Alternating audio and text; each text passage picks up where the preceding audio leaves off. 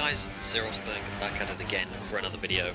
This time we're back with another highlights video from AOR Season 16 F2. This time around China, where I didn't do that much practice. There was also a bit of a problem in qualifying that you'll see about now actually. Raindrops on the car and I'm on the medium tyres. Pretty much, I kind of fucked up. I was having my dinner midway during qualifying, and when I got back, I immediately went out onto track. I wanted to do a couple of laps on the mediums, and then go out for my last run on the softs. But my plans have quickly been deteriorated right here, as I didn't realise it was going to start raining until I went out onto circuit and discovered it was actually raining. So we're gonna have to this is our only lap. I overfueled the car, and like this run was only meant to be just like 2 laps on the mediums, and then I'd come back, put lower fuel in, do the soft lap, and then see if I could get pole or not. But that's not the case here. So our race is going to be compromised, and you can just see like the lap itself isn't great, knowing that this was my last lap and it's raining. Yeah, this wasn't quite the lap I was hoping for. Well, I wasn't really planning for it to be my last lap anyway. But it is what it is. You can see some guys retiring as I guess they're seeing that it's raining and they've just given up since they've probably done their laps. We're the last person to do our lap, 20th out of 20. Worst case scenario is that we end up being last, which is the last thing that I actually need. Ironic. You can see B. Ferrer is on pole. He did his lap on the ultras, which is kind of weird.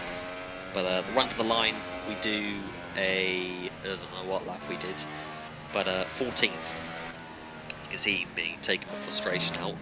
But that was probably a bit of a problem that I did that, because I quickly came back onto track because I thought, you know what, maybe I could improve on the softs. But because I was weaving around, I lifted off the throttle as well. I kind of just ruined myself any chance of getting another lap in. And as you can see, me taking my anger out by just doing a couple of pirouettes. And yeah, that's kind of my fault that I didn't pay enough attention, because I thought it was a rush for time. Just got to quickly do everything. But it is what it is. Ferrer got pole ahead of his teammate, which made it a stable 1-2, which is quite interesting. 15th place, we got beat by someone, I don't know who. So the track clearly had enough grip on it, but it is what it is, I guess. But we're here for the formation lap now. 15th out of 20 drivers, a full lobby, which was actually quite interesting. There was no stream, which was kind of a shame. Jess was off doing a talent show, I believe. I think she got second, so Jess, if you're watching this, congratulations. I'm sure it was very good. I'm not sure if there was anything recorded on it. Actually, no, there was. I don't remember seeing it now. But congrats on second in your competition, I guess. Anyway, we're getting a bit off topic. Preparing the tyres for the race itself. Starting on the soft tyres, you know, it's the preferred strat was the soft to mediums. The 2 Saubers that started on the ultras, not really going to work out for them. They're going to have to come in quite early, and they're going to have to stretch the tyres pretty far. They'll get the undercut by like 2 or 3 laps, but we'll have the better strategy. You can see Hayden behind me. He's starting on the mediums. Decent strategy as well. He'll have the better tyres at the end. But he will have a bit less tyre wear at the last couple of laps as well. But anyway, we're here for 5 red lights for the start of the Chinese Grand Prix, and it's lights out and away we go. We actually get a pretty good start there. So we're already going past it. We're going through the middle of LGS and Sam F1, I believe that was, on the inside of turn 1 and 2. Following VRT Verstappen round, we're on the inside of TR Morso, our rival from season 15, As you can see, Franklin's getting a little bit boxed in there by KJ Gamer and Verstappen. We're going to go around his outside, nearly dumping it to the grass there. That would have been a great idea. But now we're on the inside of Franklin's. We're going to look on the inside of Verstappen now, because we know that these opening corners where, you know, that's when everyone's going to be battling, everyone's bunched up, trying to find the right place to be. We need to be in that right place. We just need to make the moves. As you can see, getting understeer from KJ Gamer, but we're not quite getting the move done on Bailey. But we're going to have the outside line for the double left-hander, which isn't really preferred, but now we're on the racing line. Just about leaving enough space for Bailey on the inside, but we've got the move done. We're going to cover the inside line as well, in case he goes for a little bit of a dive bomb, but we've kept the move. Next up is the F2 champion, KJ Gamer, from last season, but you can already see from 15th to 9th on just lap 1 himself, which is phenomenal, I think. Probably one of the better starts I've made in AOR, I think, up there with some of the starts I made last season. I'm pretty much just a start merchant. If there's one thing that I'm probably best at, it's probably the starts. I mean, that was seen from Bahrain, 3rd to 1st. But behind KJ Gamer, P9, we're in for a good shout at the moment, because we're basically in P7, because the two Saubers, they have to pit. You can see on the minimap there, off trying to run away into the distance with a McLaren in there. But KJ Gamer getting a bit distracted. KJ Gamer on the inside of John. He's made the movement now. We're going to try and slip through around the outside, nearly hitting the back of KJ Gamer as well. But are we going to hold it on the inside of John? Yes, we are. Quite easily there. And we're looking on the inside of KJ. Going to run it in a little bit wide. Probably could have done with holding a bit more of a wider line, but KJ, he's got the inside line. We were nowhere near close enough to try and hold it around his outside like we were on the previous lap with Bailey. But it is what it is. KJ going to maintain P7. We're up to P8 now. You can see Jork just in front of us. He finished 2nd in Bahrain. Crossed the line 3rd, got 2nd. Said he was 1st, and then he actually got 2nd because of a timing glitch that occurred with myself. And I ended up getting the win in Bahrain. So we're not that far away from the championship lead either, from who is, I'm trying to think of it, it's Apex, I'm pretty sure, but you can see just in front of us, lap 4, that's Ferrer. He started on pole, remember, and he's really struggling with his tyres. As you can see, getting really, really close there. I probably blew up the fucking headset there, but brilliant, nice move. I shit myself right there. That was really, really scary, and could have been curtains on my race, could have rear-ended him, front wing gone. Probably would have span, and would have been all over. As we can see, Jork, I think, has made a move on Clay's, which is our teammate. KJ Gamer now trying to go around his outside. He's run off the circuit, kind of just kept the power down. We're going to see if we can take advantage of this one in the slipstream on KJ. Looking to the inside, not really enough space, just about not hitting the back of him. Yeah, so that's a bit of a problem, isn't it? We're going to have a bit of a look at that. So it kind of all starts off back here with, I think maybe it was Clay's going for a move on Jork, I'm not quite sure, but KJ, he overshoots the braking point into the last corner, that's obvious, and he kind of seems just to keep the power down and just keeps ploughing it, I guess. You can see right here, this is really, really close, and then you can just see here, there's a lot of weaving around.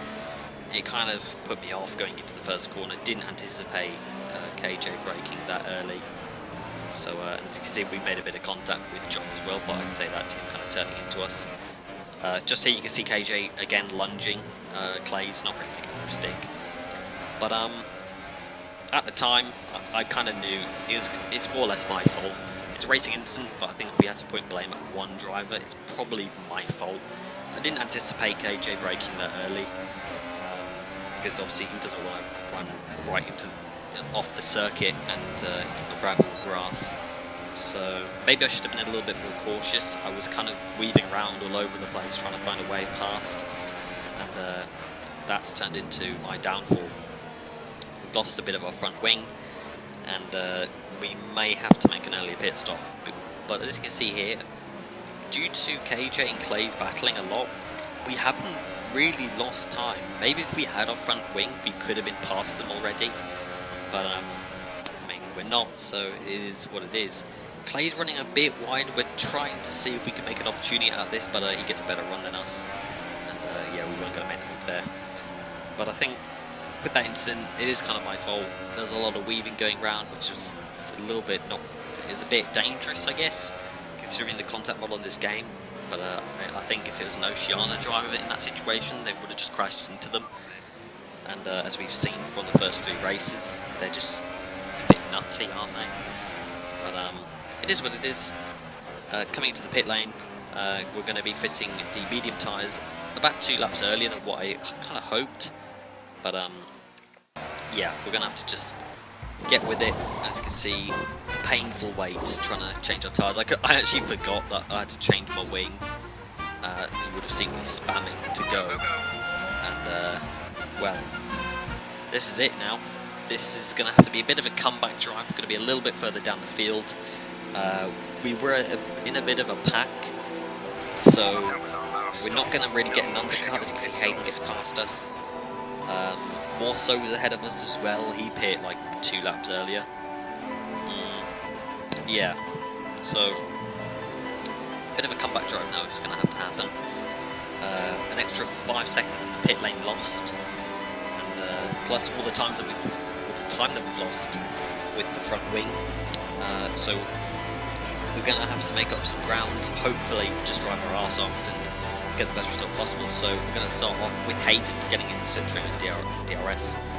Quite an easy move up the inside. We're running it a little bit wide, but no harm done really. Hayden losing the rear end, not being able to get on the power. Next up is LGS. You can see he even jumped us. We just quickly lunge up the inside of turn 2. Don't want to be stuck behind him for too long. Making a bit of contact with us. Guess just drifted out a bit too wide. As you can see, me quickly putting it into overtake, trying not to lose the place in case he wanted to go for a cheeky dive bomb out the inside of turn 6, but that's not happening. Next up is VRT Verstappen, or Bailey as I was calling him earlier in the race, who is improving quite a lot, I think, as the games have gone by. Seen him progress since 2016, but speaking of progress, we decided to progress the drift on the exit of this sort of snail section, and it's going to lose its position to LGS, but quickly putting it back into the slipstream, DRS, putting it to low actually, but braking just early enough, just late enough that we'd slide up his inside. Makes a bit of contact with us again, but I think we get away with that pretty safely. No, done. Next up, as we can see, losing the rear end again is Franglish, who I think was jumped by Verstappen. You can see that's Clay's right in front of him. That's a teammate. So, well, it's not Clay's in front of him. It's actually more so and then Clay's. Virtual safety cars come out. The new driver, who didn't realise he was in a tier. He's kind of had a bit of a moment. He's retired, he's left the session, the VSC came out. But the safety car's now ending. We're going to quickly get back up to speed, try not to lose too much time, because the safety car's a little bit glitched on this game. So, saving the fuel, we needed to save a bit of fuel and saving the tyre temps as well, which is very crucial. Coming into the hairpin, as you can see, more so trying to defend the position, corner cutting as well, as you're desperate. Franglish easily around the outside, and into turn 1, as you can see. Also hoping he's going to run wide. We take a wide entry to get a tighter line on the exit. Making a bit of contact with more so as he kind of gives us just about enough space. Now we're going to try and hold it around his outside. It's down the power, but we've got the longer line around the outside, and it wasn't really going to happen. But we've quickly put it up into hot lap and overtake. Hopefully going to try and hang it around the outside when we actually just about do it. That's great pass. Pretty good move there, I think, as you can see, celebrating by just spamming the back button. But pretty good move, I think, probably one of the better moves I've made this race. Next up, Ferro, probably more of the standard overtake. Somehow we got DRS, I have no idea how we did that. But easily making the move there, braking just about late enough that we still have the inside line, but not going too wide, that it'll get the cut back on us. As you can see, the spamming, the fact we're looking backwards, just being sure we know where he is, and going into lap 17, we're now back behind Franglish, and as you can see, he's off there fighting Bailey, I'm pretty sure, see, yes he is, he's going to make a quick dive to the inside, corner cutting a little bit, but Bailey's going to have the inside line for the final corner. Franglish trying to push closer to the inside, so he has to brake a bit earlier, and Franglish, pretty nicely done, holds it around the outside, although despite going off the circuit. Bailey trying to immediately look for the move back, he's got the DRS, is he going to hang around the outside? Will Franglish lift off a bit? I think he's going to have to, but he's got the inside line for the rest of the corner. We've run way too wide there, so we can't capitalise on anything.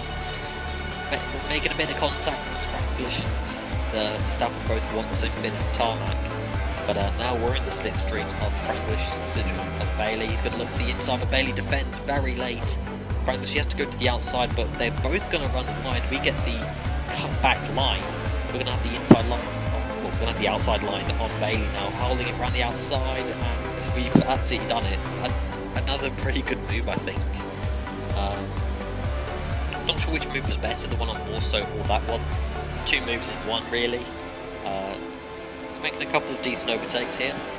Smith's the next person in front, but we've kind of just been tapped by Franglish, who just missed his braking point. Next up was Smithson. He's on the soft tyres, but he was going to be fading off at the end of the season. The classic Danny M7 and CRL Rosberg weave from season 15 in AOR and season 3, I'm pretty sure, of STS, and even ULC as well, where we just spastically weave just to take the piss out of each other. But out of all of that, Verstappen, he got the move done again, but didn't actually record the overtake on him. It was basically like the overtake you're about to see now, just a normal DRS pass. As you can see, Palsary, he's not going to defend from us that much. He knows that he's a sitting duck, so he has been drafted past. He was one of the drivers that started on the Ultras, and clearly it's not worked out for him, dropping down the field. Smithson up ahead like he was earlier, 2.7 seconds ahead, but it's not going to be, we're not going to quite catch him in time. His tyres stayed in pretty good condition, and then he wins the Chinese Grand Prix ahead of, I can't remember who, I think it was Jork, and then it was Apex. Yep, there you can see it. The two McLarens 1-2, haven't seen that in a couple of years. And Apex continues his championship campaign by finishing in P3. Congratulations, Melanie, first of all, on the win. I'm not sure if that's his first AOR win or not. And Jork, once again, coming home in second. It's going to be getting a bit tired of second place, I think, at this point. And Apex, once again, on the podium. There you can see the result, finishing P5. From 15th, considering what happened in the race, I'm quite happy with that. Bailey, another shout out to him. Franglish, Clays, John and Sam running on the top 10. But there you can see the championship standings. Apex leading the way ahead of Melanie, Jork, myself, and Farah, John. The top 6, all within a race win of the championship lead. So it's going pretty well. But anyway guys, I'm going to have to round up this video here. A 2-week break until the next race. So should be fun. But I'll see you then.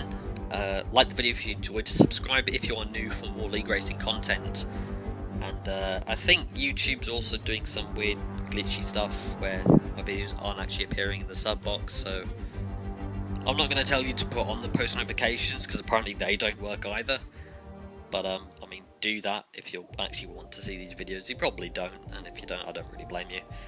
But follow me on Twitter at Sedge27_ because I'm struggling to maintain my accounts, which is a bit odd. But anyway guys, I'll see you in the next video. Cheers.